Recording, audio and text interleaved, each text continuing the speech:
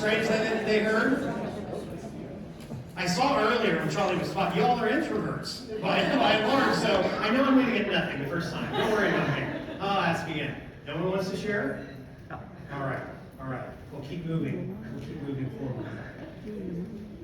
We're back in the jazz club, and Wynton Marsalis has just come to the edge of the stage, playing the jazz classic on his trumpet, I Don't Stand a Ghost of a Chance with You. And David wrote that the trumpet solo that Marsalis was doing was inspired, that his trumpet almost sang out in staccato every word of the title of that song. Marsalis moved and it built and went into minors and it grew. The audience was overjoyed waiting to see what would happen with this. So Marsalis moved toward the climactic end of the song when his trumpet would sing out the words of the title of that song. And as he built toward that end, that dramatic end, his trumpet sang out, I don't stand a ghost of a chance. The entire audience was perched on the edge of an emotional cliff, ready for that final note to be plunged into the ecstasy of this group experience. And in that silence, the cell phone went off. There was a slight groan across the audience. And David wrote on his writing pad in large block letters, magic ruined. And haven't you ever been there? Yep. Where the magic has been ruined? Yep. I mean, think about the people in that audience. Think about the owner of that cell phone. Think about what she must have been feeling. She always turns off her cell phone. She's the one who goes into her Toastmaster meeting and she says, hey, the contest is beginning to start. Everybody turn off your cell phone. Everybody turn off your cell phone. Anytime there's a message or a musical or anything meaningful, she's the one who tells everyone to turn off their cell phone. And in the excitement of this concert, she just forgot. She just made a mistake, and she started a contagion that ruined an experience for an entire group of people, a once-in-a-lifetime experience. Have you ever been there where the magic is ruined? You move across the country to be with him, only to see him ended over a crappy cup of coffee. You leave a really good opportunity to join the startup to see it shuttered by a pandemic. Or you take a great opportunity only to see it just whimper and die. What do you do when the magic is ruined? And think about Marsalis. He has made the sacrifice to come into this meaningless room of massive talent, to come just practice his art. He's bringing a gift to a group of wonderful people. And his gift is sabotaged inadvertently by someone who just forgot, just did something meaningless. Have you ever been there? Where you bring a gift to someone and someone else's lack of thought or outright sabotage ruins your gift. What do you do when the magic is ruined? I would suggest that we focus in those times on the third element of curiosity that we'll look at. We turn curiosity inward and we slow things down. We ask ourselves, how am I feeling? How am I feeling? Yes, we're going to talk about feelings. And I know, it makes me cringe too. But that only shows why it's all the more important to talk about feelings. And those of you in the room who are saying, well, I really don't need this part because feelings really don't affect me that much, the data actually shows that you are the most susceptible. So I would suggest you just hang with me. And just suspend unbelief for just a little bit. There was a time whenever I was in a therapist's office, and the therapist, it was a really tumultuous time, and the therapist said, would you tell me what is the reason for the strong negative emotions you're feeling? And as I went through the things that had happened in my life, point by point, when I got to the end of it, she said, wow, you've experienced some real tragedy. And I never had thought of it that way, but when she said it, I had to kind of agree. And so then she said, can you name for me the emotion that you're feeling right now? I said, well, there's definitely anger and probably sadness. She said, well, I'd like you to be more nuanced than that, because you're really going to drill down. What is it really anger, or is it something more nuanced than that? Thought about it? Well, maybe it's frustration, maybe it's irritation. She said, okay. She nodded, okay. She said, where is that in your body? Where is that in your body? Where is that in my body? It's here, right? I mean, that's where we feel emotions. Do we feel emotions in our body? And she said, where do you feel it in your body? Well, maybe somewhere between my belly button and the middle of my chest, and maybe down the back of my spine. She nodded. And she said, what color is that emotion? What color is it? What kind of question is that? She said, what color is that emotion? What color is my emotion? I don't know.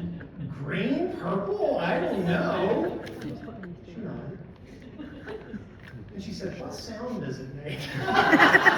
What sound does it make? My emotion? What sound does it make? What sound does it make? But as I went looking for that emotion, to try to figure out what sound it made, I couldn't find it anymore. Curiosity does a very interesting thing to us psychologically.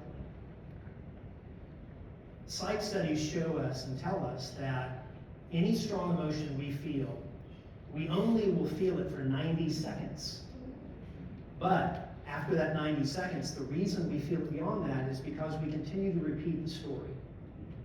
And that's very natural, my friends, for all of us. We should not beat ourselves up for that, because for the longest time, it's that very fear base on the savannah or in the highland or wherever our ancestors grew up, that the people who walked by the rustling grass and said, ooh, that could mean danger, I'm running, they were able to survive and pass their DNA on to you. You're welcome. But the people who got curious at the rustling grass and said, oh, I wonder what's going on there. Yeah, they were looking at a lion's inner system and very quickly. But that's not true anymore. It's exactly the opposite. Curiosity is what we need in this world to solve our most important problems, and it can lower our stress levels when we get curious. Sometimes when something happens, we can't immediately say yes, and what can I learn about this? It's in those times that we have to slow things down and just say, what am I feeling? Where is it in my body? What color is it? What sound might it make? What name might it be? Because here's the real thing about it is, the answers really don't matter. It's the asking the questions that produce the result. It's that curiosity does the work for us. And so, when a doctor, many years later, when our twins were born, came in and said, your baby girl twin has had a stroke at birth, it was very difficult for Julie and me to immediately say, oh yes, this is our current new reality, and what will we do with this next? What can we learn from this? We were stuck in the emotion of, why the hell did this happen? And the guilt of, did we do something? And we had to look at each other and say, how are you feeling? And how are you feeling? And where's that in your body? What color is it? What sound might it make? To the point that we could get our temperature lowered enough to be able to say, okay, yes, this is our new reality, and where could we go from here? Because remember, every ounce of energy wasted on wishing it was different is an ounce of energy that we could not use helping our daughter learn to walk. And we had neurologists who said she'll probably never learn to walk. Now, I'll fast forward to you. She not only walks, she dances. So, rock and roll. And But there are times when we have to look in and say, what am I feeling? And what color is it? And where does it go from there? A friend of mine named Frank, he started a company because he self-admittedly can't work for anyone. No one can put up with him. And I have a hard time putting up with him, but he's funny. And he buys me really good tequila. So I put up with it. But he started his own company just in time for Google to come in and give him a huge contract. So he went out and he talked all of his best friends, the best software engineers he knew, into coming into business with him just in time for Google to cancel the contract. Oh. Frank is one of these personalities that does not do well with change. And so he was stuck. He could not immediately say, yes, and what do we do with this? What can I learn from here? He had to walk around the lake in our city center and just tell himself, what am I feeling? What is that emotion? What color is it? Until he could lower his nervous system and he could do something, which he did. He got creative.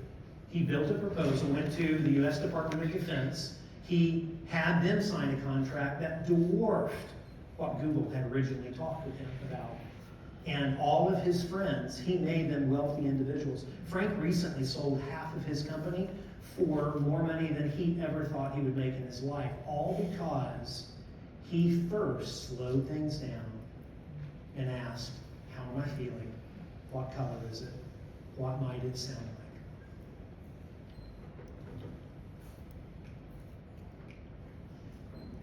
We're back in the jazz club. And there is a silent tension in the audience after that cell phone has gone off. The entire audience is just waiting for the now anticlimactic final note of the song that just ends this nondescript experience. But instead, Marsalis, instead of playing that final note, he played the tune of the cell phone.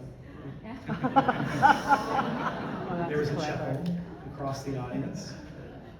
And then Marsalis played it again. And then he played it again, but only in a minor.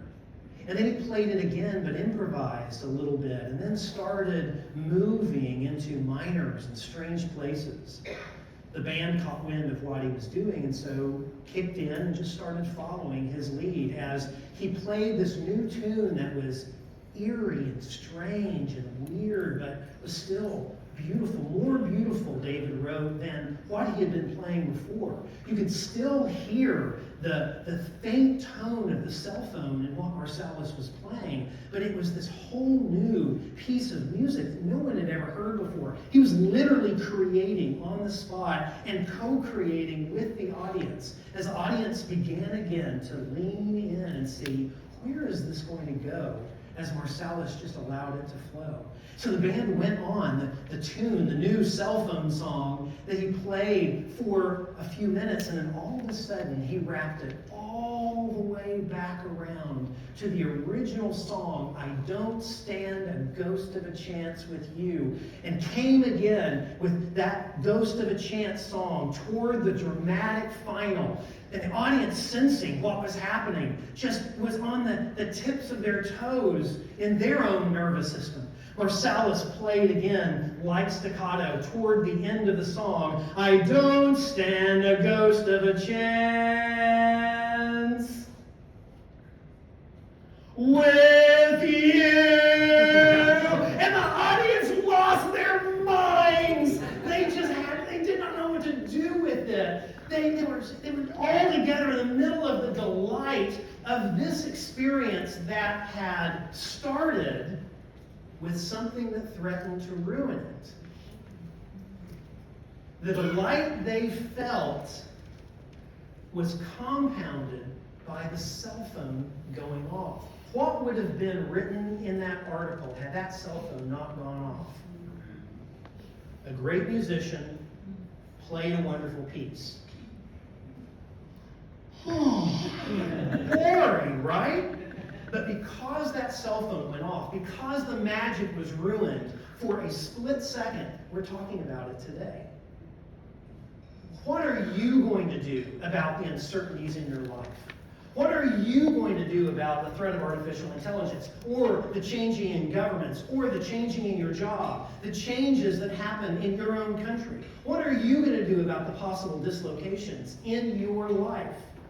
Wynton Marsalis shows us a pathway. He stayed in peace, mind like water, and he approached it with curiosity.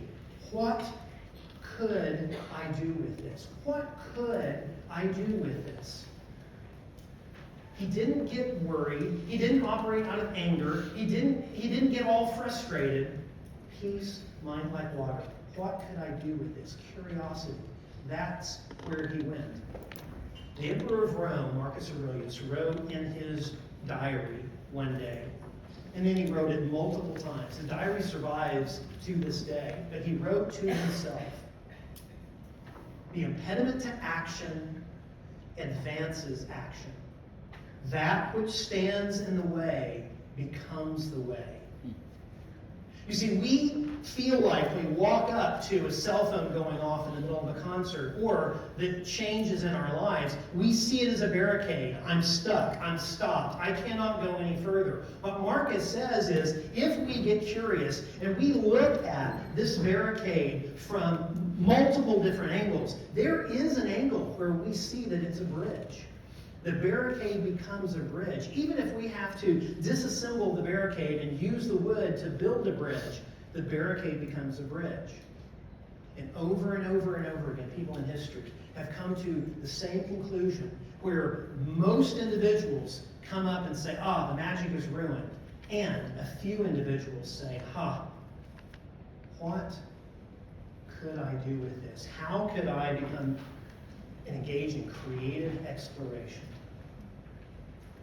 What could I do with this? That is, if you don't remember anything else that I tell you, I hope you'll remember that one question. Because that is the key question that allowed Frank, when Google canceled the contract, to come to the place, what could I do with this, to go get a bigger contract? That is the question that allowed my wife and I to be able to find therapies that would allow my daughter to walk and my other daughter to hear. It's that question that allowed that UBS team to be in a position to take advantage of a faster recovery than anybody thought possible. And it's that question that allowed the Hussey companies to continue to pivot and iterate, to survive 7 times longer than most companies do and become a leader in the world. It's that question that if Blockbuster Video had just spent time on it, they would have made Netflix irrelevant. It wouldn't have mattered what Netflix done. They would have been on their own path, creating their own magic. What could I do with this? My friends, it is not easy. In fact, it is hard. Especially in the middle of crisis, everything else that is happening in our bodies and flooding our nervous system, it is incredibly hard, but it is so rewarding just to do that. I would suggest if you will employ the 4 pillars, the 4 elements of curiosity that we've talked about today, saying yes and, seeing that life is improv. That is all it is. This idea of stability is an illusion. Our lives are improv. And if we say yes and, we can accomplish so much more with so much less stress. If we will then say, what can I learn here? If we can, when we're having trouble with that, ask ourselves, what am I feeling? What color is it? Where is it in my body? What sound could it make? What could I make? And if we will ask, we will get creatively exploring and say, what could I do with this? Then we will be in a position to best accomplish this. I'll end with a story. This is that baby girl who had the stroke. She's a little older here than when she was born. She did learn to walk. She learned to dance, and she went and joined a competitive dance team. Those were her best friends, and she loved doing that for a long period of time. But as you may know, competitive dance teams get competitive. And there came a time whenever she needed to be very symmetrical in order for her team to advance. And if you know anything about stroke victims, they are anything but symmetrical. So she was going to have to audition for her team. And I heard she was a little nervous about it. So I got home one night and I said, hey, Merce, let's go for a walk. So she came out with me for a walk. We headed down the driveway, we turned left. And as I do with a lot of my kids, I said, hey, so what are you thinking about? What's going on in your life? Tell me what's happening. And she said, well, I don't know. I heard that there's a dance audition coming up. How do you feel about that? And she immediately broke into tears. As we walked, she said, I don't understand why I may not be able to spend time with my best friends because of something that is so far out of my control. I didn't ask to have a stroke. I didn't want that to happen. Why might I not be able to be with my friends because of that? And I'm a world champion of public speaking. I'm supposed to always have something to say. I'm always talking, right? I had nothing. I didn't know what to say to her. So I just started lobbing prayers into the universe. God, what do I say to my baby girl?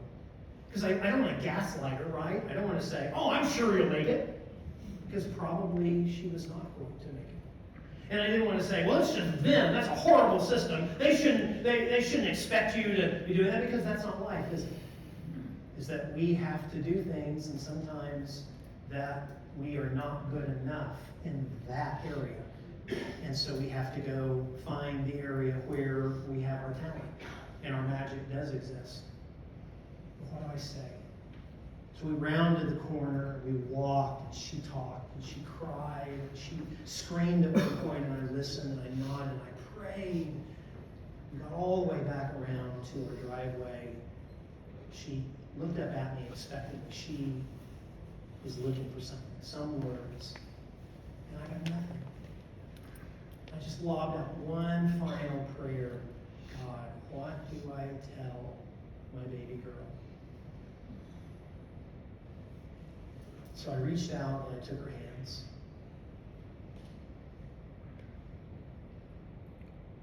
And I said, Mercy, I'm sorry, but your life is just going to be harder than your brothers and sisters. I wish that were not true. I wish I could tell you differently, but I'd be lying to you. Your life is just going to be harder than your brothers and sisters.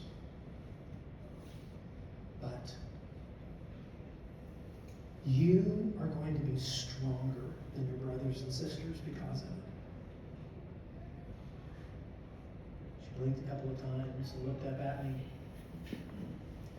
And she said, okay, thanks, Dad, bye.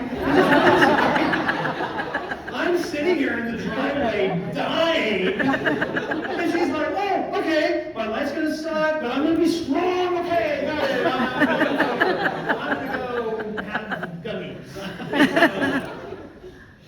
We stayed a while together as a family. And Mercy comes bursting in the door and said, I found out about dance. They cut me. We didn't know what to say. Without skipping a beat, she said, and that is great because I'm awesome and I feel sorry for them. They don't get to be around me. And that gives me more time that I'm going to go become a stand-up comedian. And she did. Wow. And now she goes into rooms and she, through comedy, advocates for those with disabilities and advocates for knocking down the differences between all of us. That differences are not a big deal.